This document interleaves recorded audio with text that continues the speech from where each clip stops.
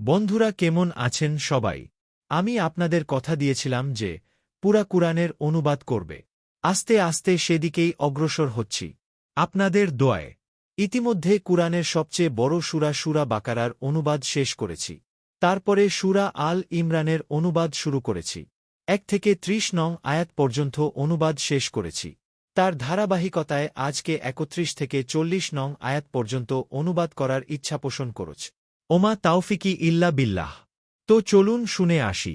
31 আবলুন, যদি তোমরা আল্লাহকে ভালোবাসো তাহলে আমাকে অনুসরণ করো, যাতে আল্লাহ তোমাদিগকে ভালোবাসেন এবং তোমাদিগকে তোমাদের পাপ মার্জনা করে দেন। আর আল্লাহ হলেন ক্ষমাকারী, দয়ালু। 32 বলুন, আল্লাহ ও রসূলের আনুগত্য প্রকাশ করো। বস্তুত যদি তারা বিমুখতা অবলম্বন করে তাহলে আল্লাহ কাফেরদিগকে ভালোবাসেন না। 33 নিঃসন্দেহে আল্লাহ আদম আলাইহিসসালাম, নূহ আলাইহিসসালাম ও ইব্রাহিম আলাইহিসসালাম এর বংশধর এবং ইমরানের গোত্রকেও নির্বাচিত করেছেন। 34 যারা বংশধর ছিলেন পরস্পরের। আল্লাহ শ্রবণকারী ও মহাজ্ঞানী। 35 ইমরানের স্ত্রী যখন বললে, হে আমার পালনকর্তা, আমার গর্ভে যা রয়েছে আমি তাকে তোমার নামে উৎসর্গ করলাম সবার কাছ থেকে মুক্ত রেখে।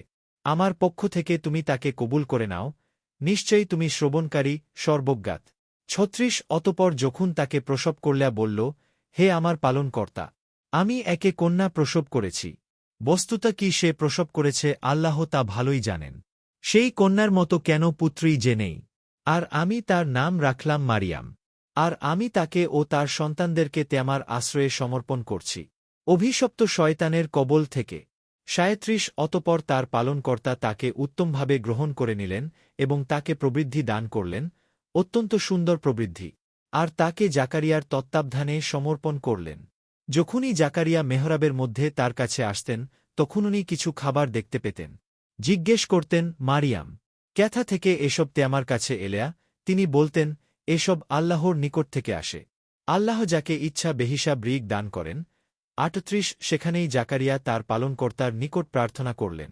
বললেন, হে আমার পালনকর্তা, তোমার নিকট থেকে আমাকে পুতপবিত্র সন্তান দান কর, নিশ্চয়ই তুমি প্রার্থনা শ্রবণকারী। 39 যখন তিনি কামরার ভেতরে নামায় দাঁড়িয়েছিলেন তখন ফেরেশতারা তাকে ডেকে বললেন যে, আল্লাহ তোমাকে সুসংবাদ দিচ্ছেন ইয়াহিয়ার, যিনি সাক্ষ্য দেবেন আল্লাহর নির্দেশের সত্যতা সম্পর্কে, যিনি নেতা হবেন এবং নারীদের সংস্পর্শে যাবেন না, তিনি অত্যন্ত সৎকর্মশীল নবী হবেন। 40 তিনি বললেন, হে পালনকর্তা, কেমন করে আমার পুত্র সন্তান হবে? আমার যে বার্ধক্য এসে গেছে, আমার স্ত্রীও যে বন্ধ্যা। বললেন, আল্লাহ এমনিভাবেই যা ইচ্ছা করে থাকেন। পুরা কুরআনের অনুবাদ পেতে চ্যানেলটি সাবস্ক্রাইব করে পাশে থাকবেন এবং ফেসবুক পেজটি ফলো দিয়ে পাশে থাকবেন। ধন্যবাদ।